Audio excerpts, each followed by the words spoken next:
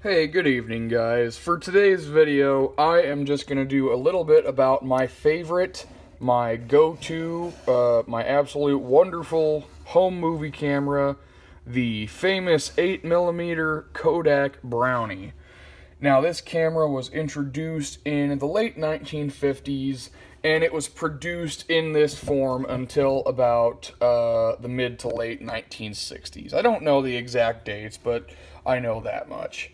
This is one of the simplest, one of the most sturdy, just one of the all-around best video recording pieces of equipment that was ever produced. It is, like I said, it's my go-to, it's my favorite, so let's just get into looking at it. So just a little bit about it. One of the first things most people notice is these right here. And this camera actually, unlike modern movie cameras, of course, and even like some back then, this doesn't have a viewfinder window. There's no mirror or anything to look through on this. So your viewfinder on this consists of this front post right here, this square, and this back one. Now, when you look through that, what you see there, you know, whatever you're looking at, is what the lens is picking up. So your viewfinder is looking through that little hole right there and lining it up through this big hole right here, and that's your viewfinder for this camera. So it's pretty simple. They swing back and forth like that, and then when you're not using them, they go down for easy storage. One of the features I really like about this camera is it's got all these aperture settings, and a lot of the times on the old 8mm cameras you can't see what the aperture setting actually does. You know, you can read it, but you can't get a good view for the actual size of the aperture.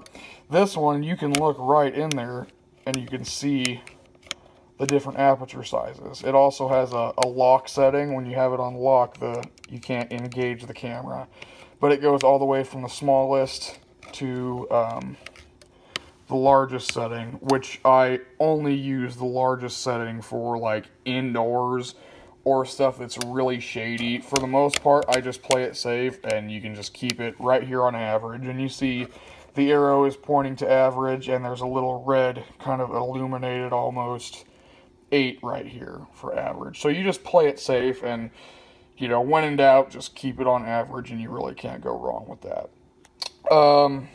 And there's not much else to it. It's kind of just a point and shoot deal. This is the trigger, if you will, and this here is your footage counter for, you know, how many feet you have left in your reel of film, which we will get into as soon as we take a look on the inside. Like I said, this thing's idiot-proof, but if you're anything like me, I'm an idiot, and it took me a while to figure this one out. So, you know, you slide it that way to open, slide it that way to lock. Well, it doesn't tell you that you gotta push it, so I guess you're just supposed to figure that one out. Push that, slide it over to open, and it shows you the inside.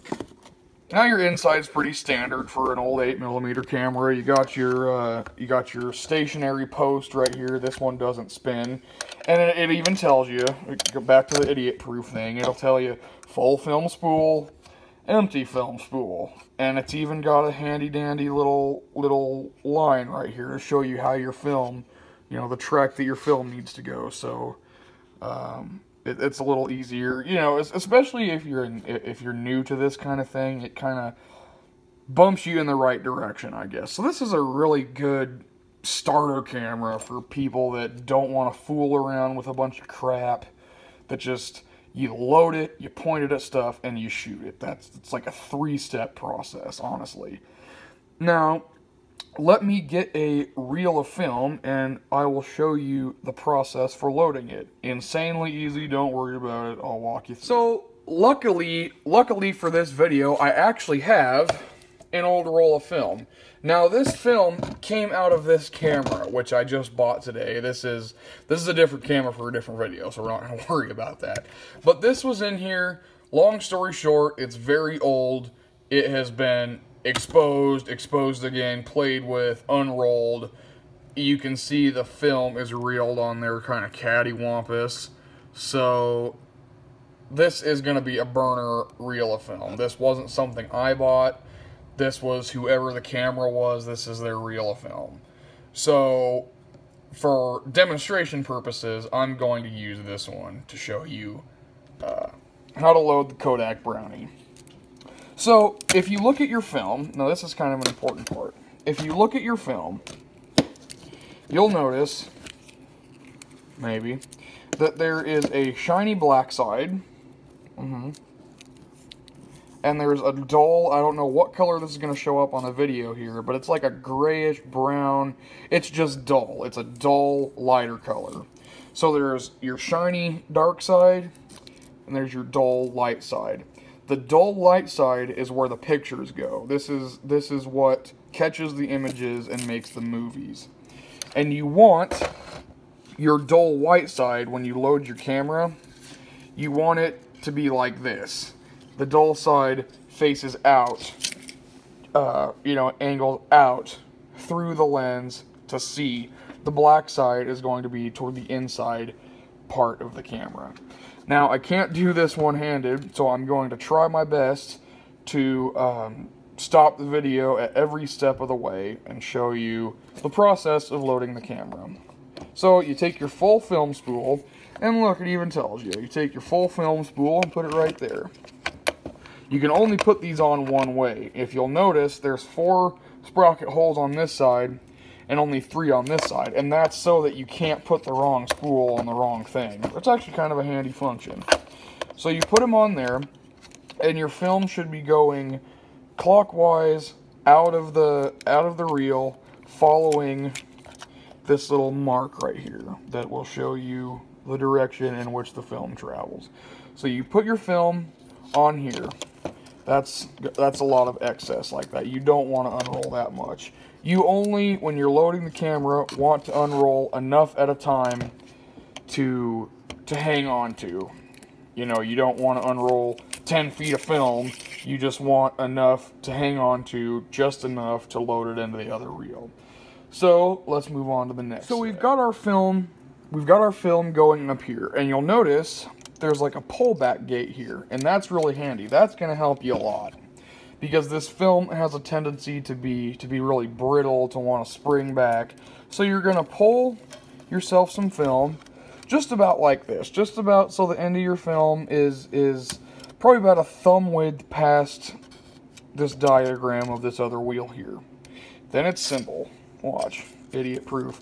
You're going to pull down on that, and you're just actually going to push the film down inside the gate. Now keep in mind that I can't do this one-handed, so I'm doing a pretty poor demonstration here. But you're going to pull that back and push this down inside there. And you'll see, oh, you can't see because my hand's there. You'll see there's a little lip here. Your film needs to sit right under that, and this gate will hold it against the sprocket. And you can test how good it is by giving it a little pull on the trigger, and you'll see the film start to go through. So your next step is going to be to wind it onto your take-up spool. Now, not only do you have a arrow here showing you the direction in which the film turns, but 9 times out of 10, there's an arrow on the take-up spool that shows you the direction it also turns, which is helpful. Now, looking into the take-up spool, there's a little slot. You stick the end of your film in there, and that's what grabs it. So you stick it in there, enough for it to grab, and then you wind it with your hand, and you spin it onto this other spool. So let me see if I can figure out how to show you guys that. Alright, so we've got our take-up spool here.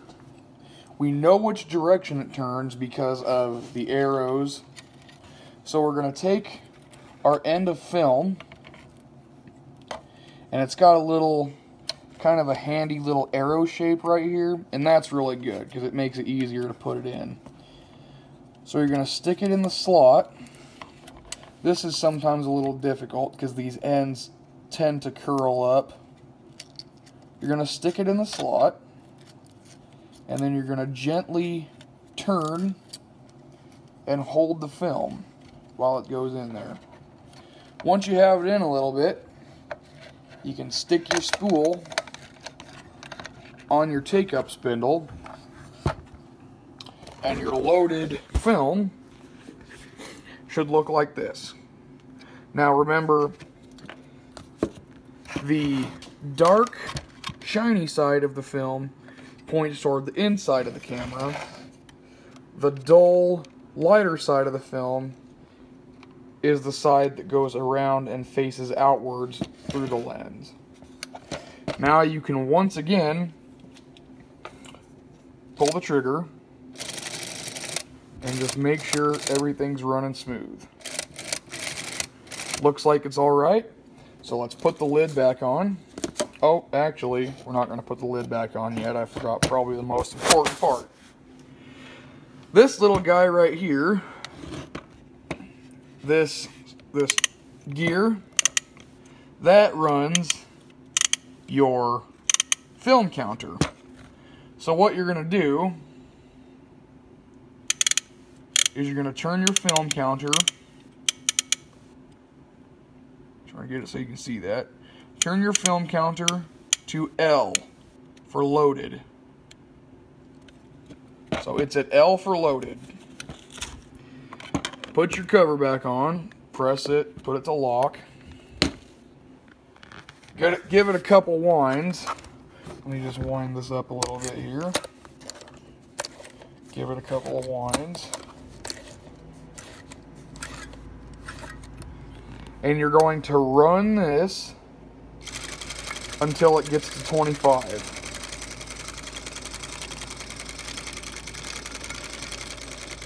Which should be, if you really wind it up, and I did kind of a piddly wind job on it, but if you wind it up, it should go pretty fast, couple seconds, and you want to spin it until it gets to 25. Alright, it's coming up on 25. There it is.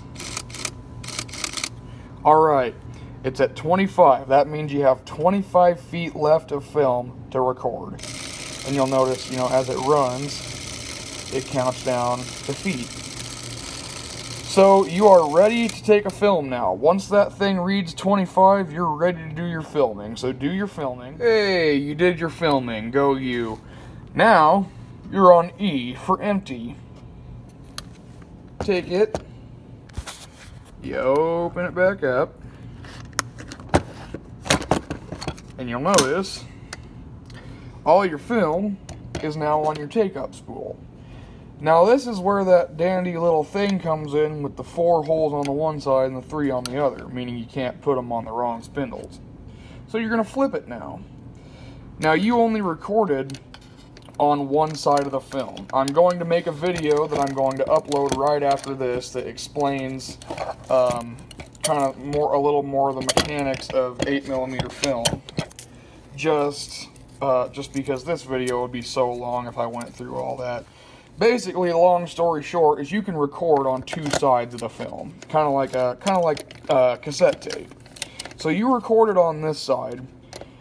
Now you can flip it over and record it on the other side. So what you're going to do is you're going to take this guy out, maybe, flip him over, and he becomes your new take-up reel. And take this guy out, flip him over, put him in, he becomes your new full spool. Now you're going to record on the other side. Remember, black shiny side points toward the back of the camera. Light dull side points out the lens. Alright, you're all loaded up again. You're all loaded. Everything's working. Turn your dial. Well, I went around too far. Turn your dial back to L for loaded. Put the cover back on. And record the other half of your film.